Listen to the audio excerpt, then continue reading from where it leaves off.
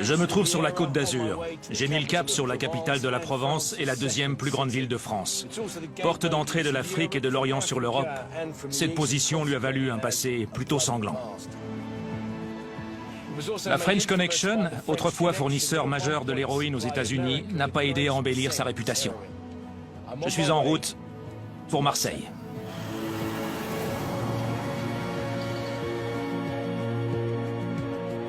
Aujourd'hui, Marseille doit faire face à une nouvelle vague de violence. Où le fusil d'assaut AK-47 est l'arme de choix. En un an et demi, 75 meurtres ont été commis, dont 35 à cause de la drogue. Malgré l'augmentation des arrestations liées au trafic de drogue, la violence est toujours là, tout comme la demande pour les substances illicites. Ce serait parce que la drogue, qui transitait autrefois par Marseille, s'y est aujourd'hui installée. Et je veux comprendre pourquoi. Ils entrent, on les suit. Mon but est de rencontrer les trafiquants de drogue, les dealers et les hommes de main. La tension est palpable. On va passer à côté des dealers. Ils ne vont pas aimer ça. Ils se sont retournés. Pour les trouver, je dois me rendre dans une des plus dangereuses cités de France. Ils se tirent dessus, si vous donnez une partie, ou on vous tue. Ces cités, comme on les appelle, sont des zones de non-droit. On s'est engouffré dans une impasse. Ce n'est pas une bonne idée.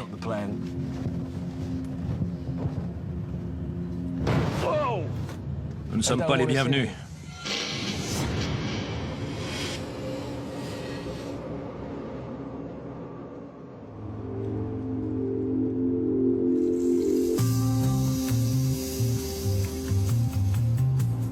Marseille attire près de 10 millions de touristes par an. En 2013, elle sera la capitale européenne de la culture. Pour l'occasion, le coût de la remise à neuf du Vieux-Port est de 150 millions d'euros.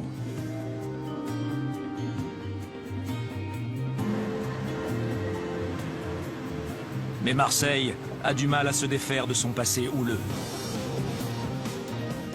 Il y a plus de 30 ans, les trafiquants tenaient déjà des laboratoires clandestins destinés à la production d'héroïne vendue à l'international.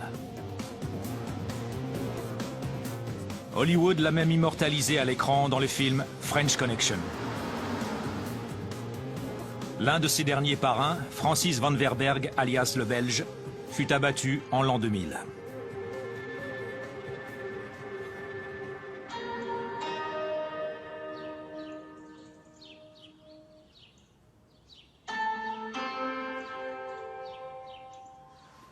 J'ai rendez-vous avec son ancien ami proche et beau-frère, Tony Languille. Ross, comment allez-vous? Vous allez bien? Ça va. Antoine Cossu a fait 11 ans de prison pour trafic de drogue. Voilà. Nous étions une équipe d'amis et rien ne nous résistait. Les braquages, les vols, tout y passait. Voilà. Ça, c'est le tombeau de Francis. Van Verberg. Van Verberg. Il est monté un petit peu là-haut, au pinacle, pour ainsi dire, du banditisme. C'est vrai que maintenant, on roulait aussi, voiture au sport, jaguareux. Vous aviez les voitures et les filles, alors? Ouais, on était toujours bien habillés et tout, on avait l'argent. On était recherchés de partout, mais j'ai toujours été là. Deux fois, je suis allé en prison et 2 fois, comme nous étions des amis, Francis, il est venu me faire évader. 2 fois? Ah, ouais. Il faut vraiment avoir accroché pour aller braquer, voilà. Donc automatiquement, c'est pour ça qu'on est venu souvent nous trouver, avoir le respect. Tony m'explique que l'époque où les gangsters essayaient de ne pas répandre la violence en dehors de leur milieu est révolue. Le respect a disparu avec l'émergence d'un tout nouveau genre de gangsters.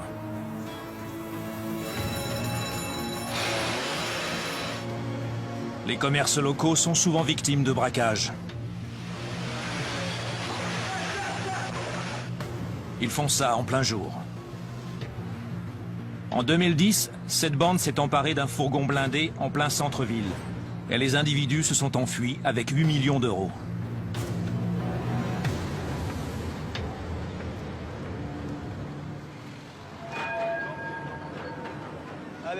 La police a perquisitionné des armes à feu la semaine dernière, dont 27 fusils d'assaut de type militaire. Les Kalachnikovs sont un gros problème. Regardez ce gros titre. Qui est derrière la Kalachnikov? On nous a expliqué que pour 800 €, il est facile de s'en procurer une. La plupart proviennent de l'Europe de l'Est, de la Bulgarie et des Balkans. Il y a une expression que les gangsters utilisent ici, qui est « Vive le rêve Kalachnikov ». Elle signifie simplement que n'importe quel petit criminel peut partir de rien et se hisser jusqu'au sommet grâce à cette arme.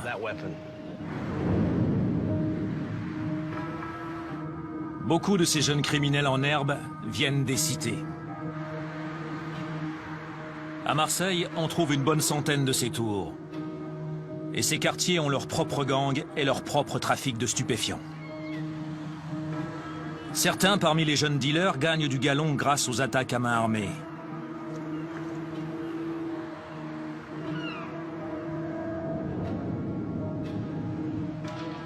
Je pars à la rencontre d'un ancien gangster qui a son propre club de boxe en plein cœur d'une cité. Franco Armessian a fait 6 ans de prison pour attaque à main armée. À ton avis, la recrudescence de la violence à Marseille est-elle directement liée au nombre élevé de dealers dans la rue et à la quantité de drogue disponible? Aujourd'hui, il y a beaucoup d'argent. Il y a beaucoup d'argent là-dedans. Et tout le monde y veut croquer, donc ils se tirent dessus. Si vous donnez une partie, ou on vous tue, ou... Voilà. Il y a les braqueurs, les voleurs, les dealers, et tout le monde qui se mange le foie entre eux. Parce que tout le monde veut sa part du gâteau. C'est ça.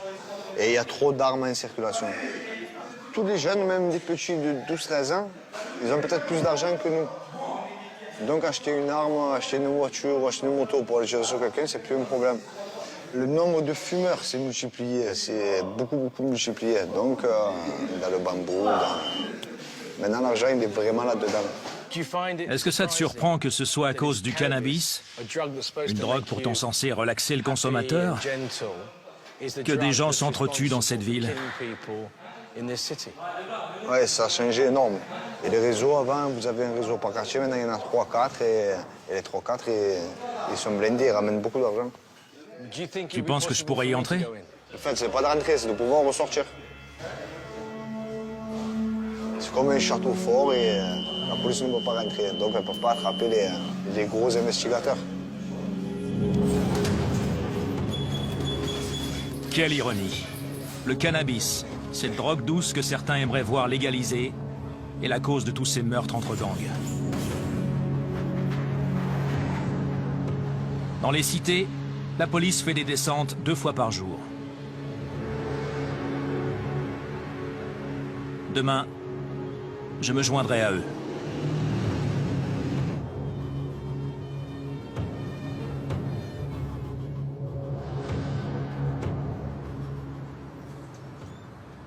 À la tête de cette opération, le commandant Fossier. Messieurs, fixe! Repos assis. Pour que l'opération réussisse, ils doivent arrêter les choufs, ou guetteurs en arabe. Ils sont dispersés un peu partout dans la cité. On a eu l'info, on a un chouf au droit de l'entrée du bâtiment N. Vous avez le descriptif, vêtu intégralement de blanc, haut et bas, lunettes de soleil, cheveux longs. 3 policiers en civil vivent dans la cité. Ils observent les dealers. Bon, messieurs, on se prépare, on se met tous en réserve dans les véhicules. La police se présente in English, strike and go. Donc vous entrez, vous frappez et vous vous repliez immédiatement. Oui.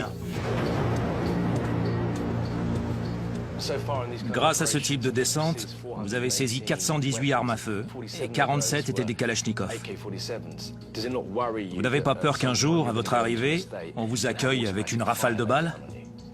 Bien sûr que nous sommes concernés puisque nous avons des motards qui sont intervenus sur un braquage, un hold-up, et qui se sont fait arroser à la Kalachnikov. C'est très dangereux. S'il y a un tireur caché. Sur le toit. Ouais.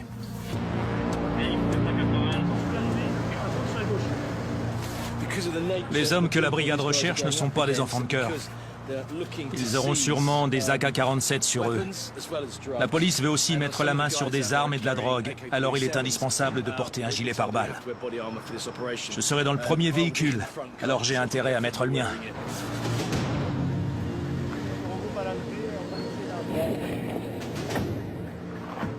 Je me trouve dans un convoi de 15 véhicules transportant 60 agents de police. Il est plus prudent de venir nombreux. En 2011, un agent de police a pris plusieurs balles dans la tête dans une cité voisine.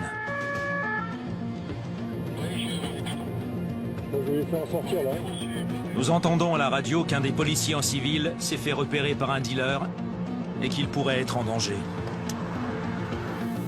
Il fonce. C'est parti, c'est parti.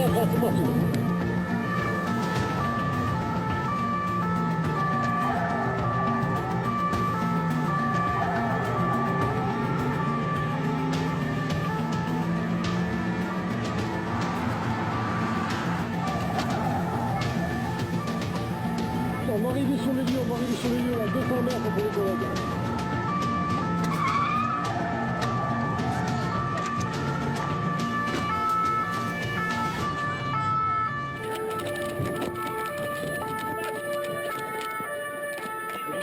Pied de biche.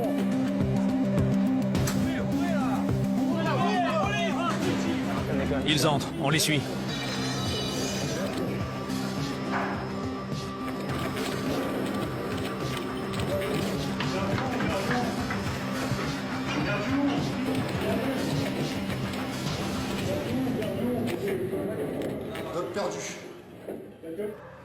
Pas de drogue?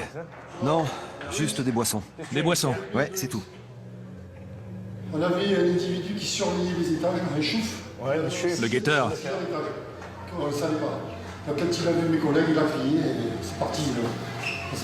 D'accord.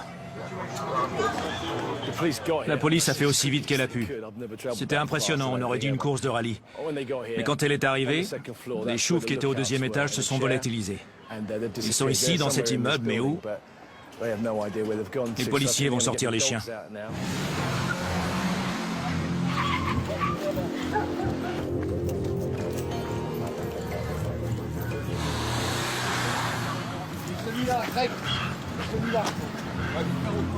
Avec plus de 5000 habitants dans cette cité, toute ressemblance avec un chouf fait de quelqu'un un suspect. La sécurité. Mais vous n'avez pas à venir me toucher comme ça, vous n'avez pas à faire ça, je vous le dis.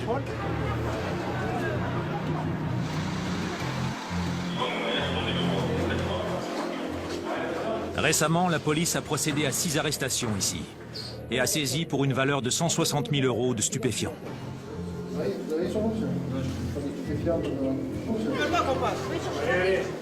Cette communauté se serre les coudes. La police n'y est pas très appréciée.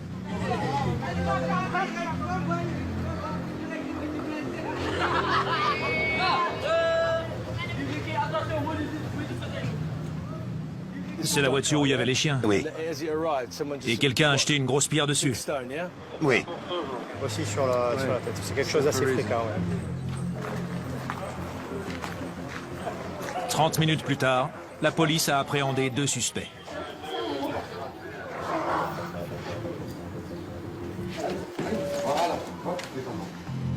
Ils en ont un.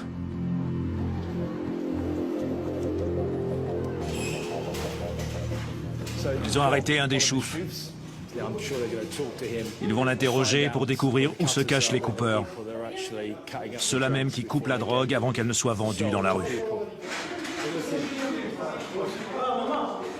Sa mère est ici.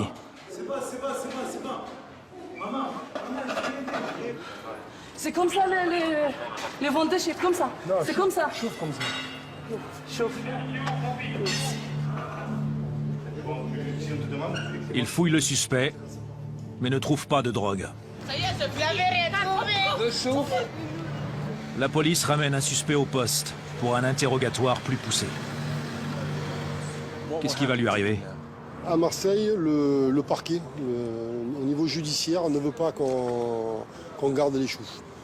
Si on n'a pas d'argent et si on n'a pas de produits, le chouf, on ne le prend pas. Ce n'est pas illégal en France de faire le guet à un coin de rue. Vous saviez ce qu'ils faisaient et ils savaient ce que vous saviez. Mais il n'y a pas de délit. On ne peut rien y faire. C'est de plus en plus difficile d'attraper, d'avoir du matériel, et de la drogue, des armes, de l'argent. C'est de plus en plus difficile. De par son ouverture sur la mer Méditerranée, Marseille est le port idéal d'entrée des drogues en Europe. L'héroïne est acheminée par les terres depuis l'Afghanistan, puis par bateau depuis la Turquie. La cocaïne vient d'Amérique du Sud et le cannabis du Nord et de l'Ouest africain. D'énormes quantités transitent par ce port.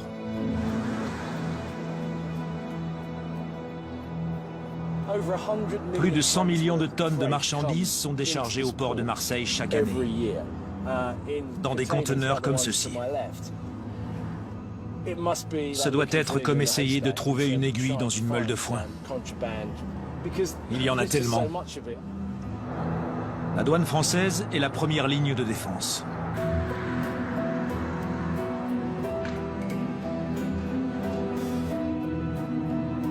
Pour les aider dans leur recherche, Bruno Ligio et son équipe ont recours à un scanner à rayon X.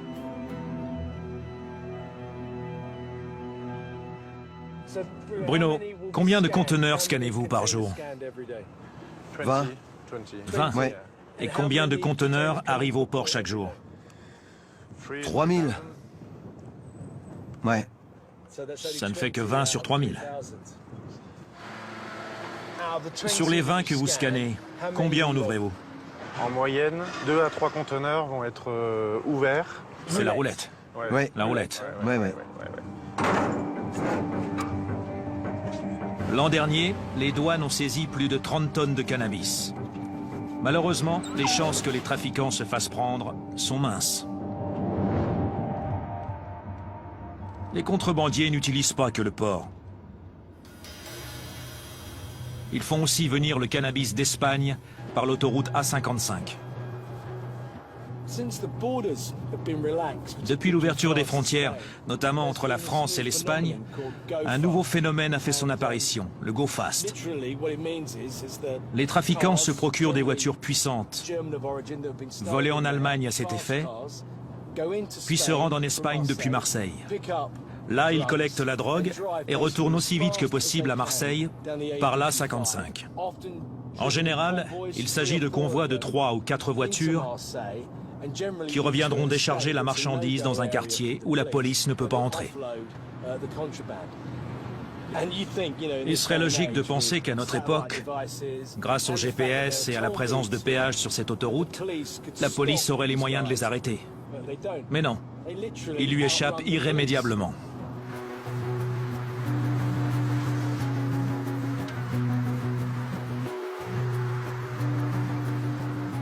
La cité la mieux positionnée sur cet itinéraire Go Fast est la célèbre Castellane, située à 2 pas de l'autoroute. Cette nouvelle route a fait son apparition car les jeunes de ce quartier essaient de destituer les trafiquants établis. Nombreux sont ceux qui ont de la famille en Afrique du Nord, où l'on cultive et compresse le cannabis. Il est très difficile de s'introduire dans ces quartiers. J'ai rendez-vous avec un éducateur, Dika, sur une colline avec vue sur la Castellane. Elle s'appelle la Castellane parce qu'elle ressemble à un château? C'est vrai qu'on a l'impression que c'est une forteresse, avec une muraille tout autour et des personnes qui guettent dans des toits, qui scrutent la cité. Ils sont tellement paranoïaques, les minots, que tout le monde protège son bien. C'est intéressant, car il doit y avoir à peu près 8000 personnes vivant là. Tout le monde n'est pas dealer quand même. Il n'y a pas que des vendeurs de drogue, il y en a plein qui veulent s'en sortir. On est tellement renfermés qu'on a du mal à sortir de cette cité. Quand tu étais jeune, tu étais conscient que se développait un véritable marché de la drogue autour de toi? Le cannabis est arrivé dans les années 90, il y a eu une forte demande, tout le monde avait besoin d'évasion. Donc bon nombre de Marseillais, des classes ouvrières aux classes privilégiées, viennent ici acheter de la drogue. Ils consomment énormément. Et maintenant, c'est difficile de s'en passer pour certains. Qu'un réseau à la fois si complexe et si bien organisé ait été créé dans le simple but de vendre du cannabis, c'est déroutant. Cependant, la demande est très forte à Marseille. Et la police estime que le chiffre d'affaires de la Castellane à elle seule s'élève à 12 000 € par jour.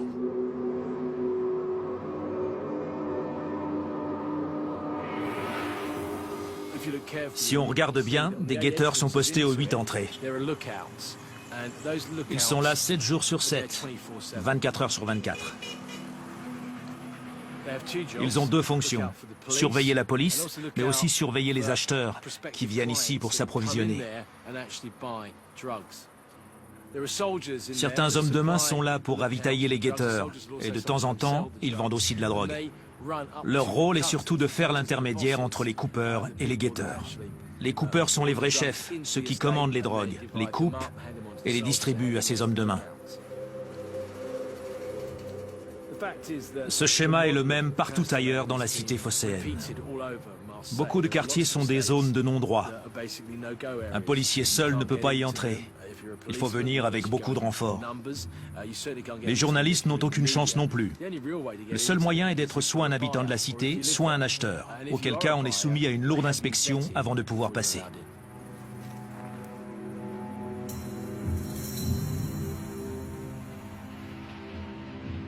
De par son architecture, sa position et ses profits élevés, la Castellane est la cité la plus difficile d'accès.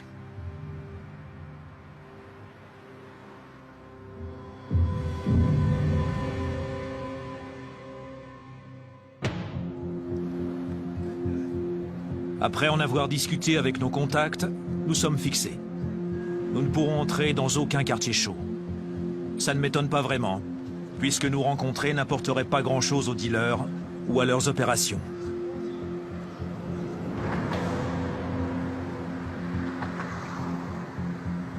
Par chance, nous trouvons deux hommes qui acceptent de nous servir de guides. Depuis notre arrivée, tout le monde et même la police nous a dit qu'il ne valait mieux pas s'approcher d'un quartier chaud, que c'était dangereux et qu'on risquait de se faire attaquer, qu'on nous prendrait notre caméra et qu'on mettrait le feu à notre voiture. Mais ces deux hommes vont nous aider. Ils ne veulent pas être filmés et on va déformer leur voix. C'est à cette condition qu'ils ont accepté de nous faire entrer à la cité de Fontvert. C'est là que nous allons.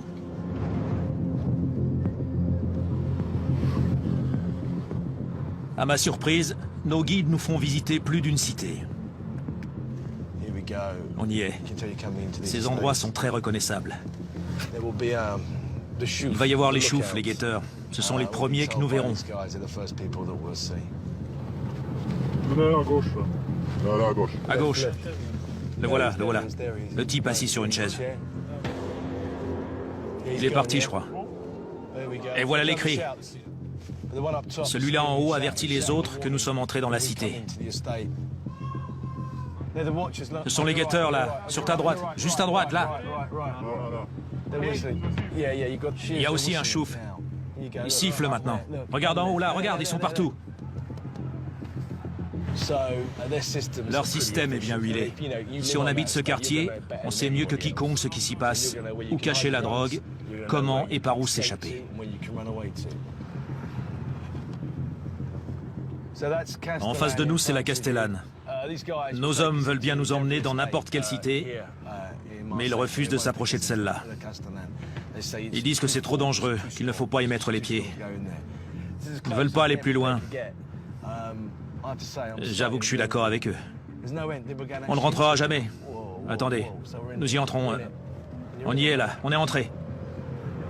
Tout à coup, mes guides décident d'entrer dans la cité de la Castellane, la plus redoutée de tout Marseille. Regarde. Il crie de là-haut. Ce mec-là, avec la chemise blanche, il nous regarde en criant. Ça devient intéressant. Attends, je vais me reculer. On sort d'ici ou pas? C'est un cul-de-sac. Un cul-de-sac. Bon. On y est. Le type sur le scooter, c'est lui, c'est le guetteur. Il nous suit. Il nous regarde tous. Et ceux-là, vous les voyez, le groupe? Ils sont sortis pour voir qui on est. On se fait observer comme il faut. On dirait qu'ils vont nous lancer des trucs dessus depuis leur scooter. Il y en a un autre là. Donc en gros, regardez, il y en a un juste à côté de nous, là. Quand on a fait demi-tour, c'est là que tous les scooters sont sortis. C'était un peu comme Star Wars. La Castellane, c'est l'étoile noire, et les scooters, les petits vaisseaux spatiaux. Ils voulaient nous intimider. Mais ça a marché puisqu'on est parti. Sur le chemin du retour, nos guides décident de faire un crochet par notre destination initiale, Fond Vert. Nous faisons ça peu après-midi. Si nous venions dans ces quartiers la nuit, il y a de fortes chances qu'on se retrouve enfermés de l'intérieur. Quand quelqu'un qu'ils n'aiment pas s'introduit sur leur territoire, ils en bloquent les différents accès. La personne ne peut plus sortir. J'aimerais éviter que ça nous arrive.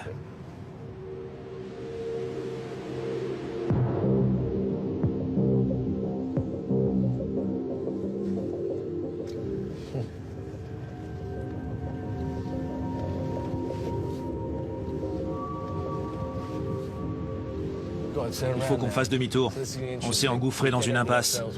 Ce n'est pas une bonne idée. On doit partir d'ici. Surtout que j'ai entendu leur cri de reconnaissance qui veut dire police.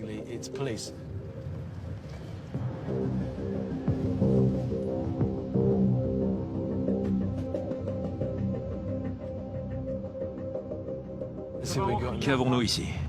Oh, c'est pas vrai, et voilà! On vient de nous jeter quelque chose dessus. Une brique ou un objet en verre. C'est un bloc de glace. On a de la chance qu'il n'ait pas traversé le pare-brise. On n'est pas les bienvenus. On s'est retrouvés un peu pris au piège dans l'impasse et ils en ont profité. C'est un bloc de glace qui a frappé le capot. D'après nos deux amis, ils les gardent dans leur congélateur à cet effet. L'avantage, c'est que si la police fait une descente, elle ne trouvera aucun projectile classique dans les appartements. Il leur arrive aussi de lancer des boules de pétanque. Je n'ose pas imaginer les dégâts que ces boules peuvent causer. Déjà, le bloc de glace en lui-même est potentiellement mortel s'il vous tombe sur la tête.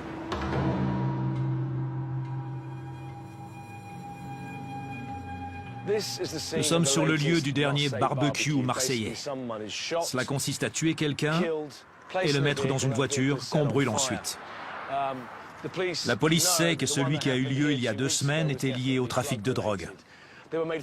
L'homme à l'origine de cette méthode criminelle s'appelle Farid Berhama, dont le record est de 4 barbecues en une nuit. Farid a lui-même été éliminé pour avoir tenté de gravir trop vite les échelons. Cela montre une fois de plus à quel point les choses ont changé. À l'époque, on assassinait quelqu'un et on jetait le corps à la mer. Aujourd'hui, c'est devenu très démonstratif. Les gangsters veulent faire les gros titres et semer la terreur.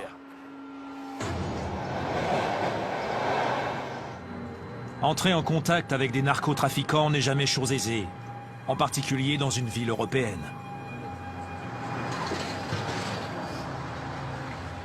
Il me reste à découvrir pourquoi les cités de Marseille sont les plaques tournantes de l'industrie de la drogue. Pour obtenir des réponses, je pars à la rencontre d'un habitant d'un des quartiers les plus pauvres de France, la cité Félix Piat.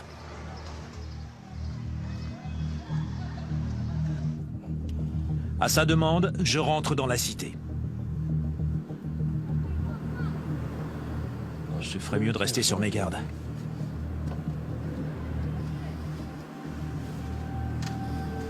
On arrive. Le type devant nous là-bas. Tu le vois?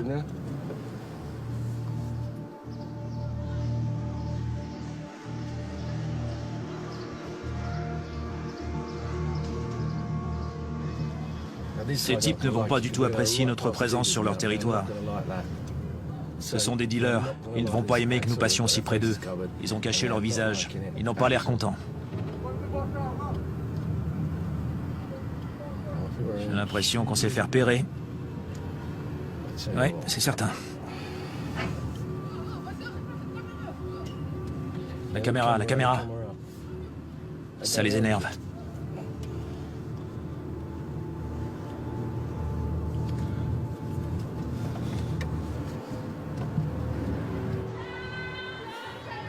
Mon contact s'appelle Youssou Moussa.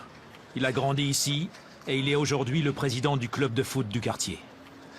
Le poste de police est situé tout près de cette cité. Vraiment à 2 pas. Pas loin du tout. Pourquoi est-il entouré de tout ce grillage? Par mesure de sécurité? Parce que la police rentrait dans le quartier pour arrêter des jeunes. Les jeunes venaient, libérer mon collègue, les Pierre, ils ont lancé des cocktails Molotov. Et du coup, 3 ans, ils ont lancé une grenade. Et du coup, ils ont décidé de fermer. Quand ils ont jeté la grenade et les cocktails Molotov, des agents de police ont été touchés? Un policier blessé. Yes.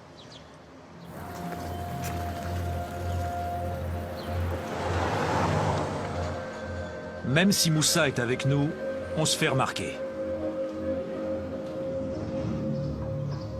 Notre présence ne passe pas inaperçue.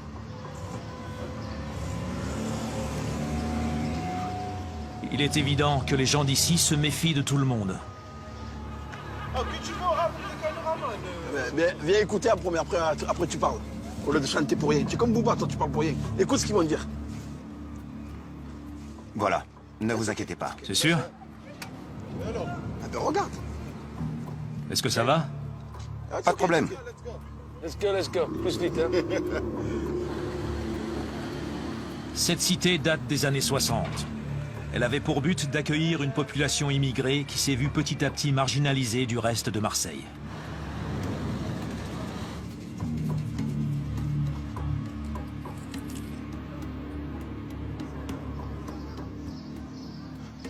Les jeunes ressentent-ils une certaine pression d'avoir un rôle à jouer dans cette industrie de la drogue? La pression de la famille où il n'y a pas d'argent qui rentre, où le loyer n'est pas payé, où il a des petits frères et des petites sœurs qui ne mangent pas. Cette problématique, elle est assez grande et assez voyante à Marseille, c'est l'emploi. On s'arrête, stop. On a la cité de ce côté et juste derrière, un des plus gros chantiers d'Europe. Combien d'habitants de ce quartier sont employés sur le chantier européen? 0. Dans une certaine mesure, les pouvoirs en place vous ont laissé vous débrouiller tout seul. Ils vous ont isolé ici et vous ont pratiquement dit que tant que vous ne faites pas trop de bruit, ils vous laisseraient tranquille en quelque sorte. Oui, on va dire un peu à l'abandon. D'après toi, qu'est-ce qu'on peut faire pour arranger les choses? Très simple. Très très simple. On a plus de violence, plus de trafic de drogue et pas assez de travail. D'accord, Ross? Donner des emplois. Yes. Oui. Alors, pour que nous... Ce n'est pas toujours facile. C'est comme moi aujourd'hui, je viens de te dire bonjour, Ross. Ça va? C'est aussi simple que ça. Plus d'un tiers de la population à Félix Piat vit en dessous du seuil de pauvreté.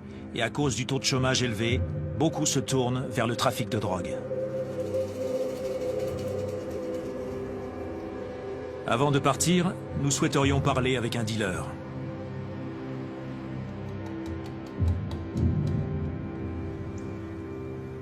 Ayant mis sa méfiance de côté, un jeune dealer accepte de s'entretenir avec nous de manière anonyme. À tout juste 16 ans, il est déjà à la tête d'une petite opération. On vient, les clients ils viennent, on leur donne le produit, le sentent, ils l'achètent, et on le vend, c'est bon, c'est tout. Tu le coupes ou tu ne fais que le vendre? Je le coupe et je le vends. Et combien ça te rapporte par jour? Entre 600 et 1000 euros. Par jour? À partager en 6 ou 7. Y a-t-il une personne au sommet de la pyramide? Ouais, mais on le vend pas. Il n'habite pas Félix Piat. Non, c'est pas, personne ne sait. C'est pas d'où il vient. Si tu gagnes 9000 euros par semaine, tu partages ça avec ton équipe. Mais quelle est la part du grand chef là-dessus? Pas mon chef. Il prend 50%. Tu m'as l'air d'être un jeune garçon intelligent. Pourquoi est-il si difficile d'avoir un travail? C'est parce que tu vis ici, dans cette cité? Ouais, il y a ça. Il y a aussi beaucoup de racisme en France. Parce qu'ils voient un jeune, quand vous dites une cité, ils vont dire lui c'est un fouteur de merde, on le prend pas. Ils jugent directement. À ton avis, que diraient ton père et ta mère s'ils apprenaient que tu vends de la drogue pour gagner ta vie? Ah, vaut mieux pas imaginer de toute façon. En vérité, je pense plutôt arrêter tout ça et chercher du travail. Parce qu'on va pas faire ça toute notre vie. Je vais pas élever mes enfants avec ça et risquer la prison alors que j'ai des enfants. Même si tu n'as que 16 ans, tu es déjà conscient que si tu continues de faire ça, il est possible qu'il t'arrive quelque chose ou que tu finisses en prison. Moi? Ouais, j'y réfléchis, j'y pense tous les jours.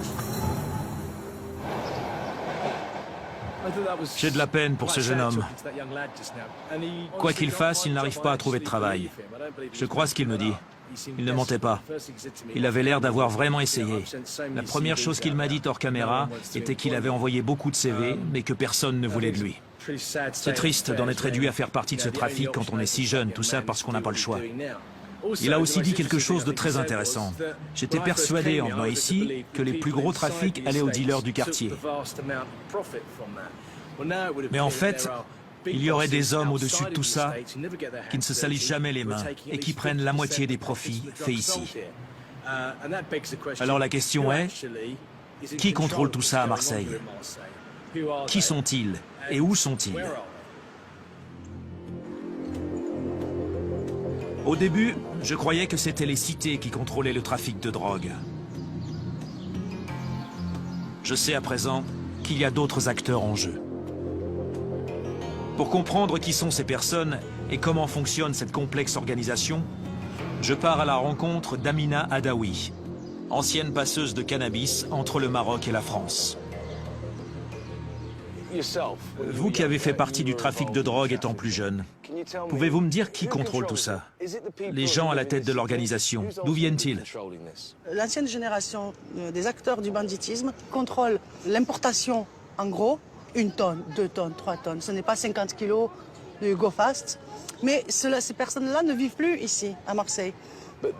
Ces personnes amassent beaucoup d'argent liquide. Comment le transforment-ils en argent légal? Ils investissent quand même dans des petits commerces de proximité et ça permet de réintégrer l'argent liquide, l'argent sale dans un commerce légal. Hôtel, bar, restaurant. Les barons de la drogue utilisent l'argent liquide parce qu'ils ne laissent pas de traces. Ils investissent ailleurs sans devoir passer par des formalités administratives. Ils sont clean. Mais alors, qui sont les personnes au sommet? Les chefs suprêmes? Effectivement, ils sont issus des grandes familles corses qui ont été impliquées historiquement dans le trafic de stupéfiants. En résumé, maintenant que la French Connection a disparu, c'est la Marseille Connection ou la Corsican Connection qui a pris le relais. Oui, parce que l'histoire, elle ne s'arrête jamais. C'est d'héritage en héritage.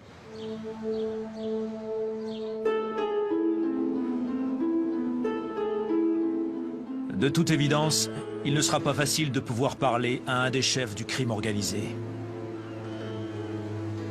Et pour rendre les choses encore plus difficiles, je n'ai aucune idée de l'endroit où ils peuvent se cacher. Mais je connais un rescapé de la French Connection qui pourra peut-être m'aider. Tony Languille. Voilà, il y a des juges qui m'ont condamné qui sont morts. Moi, je suis encore ici. Avec mon avocat. Il a accepté de dîner avec moi, à la condition que son avocat, Frédéric Monneret, soit présent. Ce dernier est célèbre pour avoir représenté plusieurs acteurs du grand banditisme durant leur procès. Malgré la convivialité ambiante, je vois bien que ces deux-là sont constamment sur leur garde. Vous attaquiez des banques, des personnes ont été blessées, beaucoup ont perdu la vie. Des personnes qui comptaient pour vous ont perdu la vie. Vous avez participé à cette violence. Est-ce que ces pensées vous tiennent éveillé la nuit à mesure que vous vous assagissez? Pour être honnête, le monde est violent. La violence, c'est vrai, pour faire stopper, pour faire comprendre, donne-moi l'argent et je te ferai rien. Maintenant, on ne va pas faire de la violence pour tuer, ça c'est pas vrai ça. Au plus on monte, au plus la violence, elle est camouflée, mais elle est plus forte encore. Alors moi, c'est une petite violence, à mon niveau. D'accord, je vous crois. J'entends toujours les mêmes choses sur l'identité de ceux qui tirent les ficelles à Marseille. Des personnes connues seraient impliquées. mais que finalement ce sont les Corses qui sont au sommet de la chaîne. Vous êtes d'accord avec ça? Il y a une part de vérité, oui. Bon, il y a beaucoup de Corses qui étaient dans la navigation, qui participent au trafic. Ce que je voulais dire, c'est que ces familles du grand banditisme qui laissent les autres se faire arrêter à leur place, ce sont elles en fait les vrais marionnettistes dans l'histoire. J'ai raison, non? Non, non, non. Marseille, c'est une ville à part. C'est une ville sanglante. Il y a toujours des règlements de code.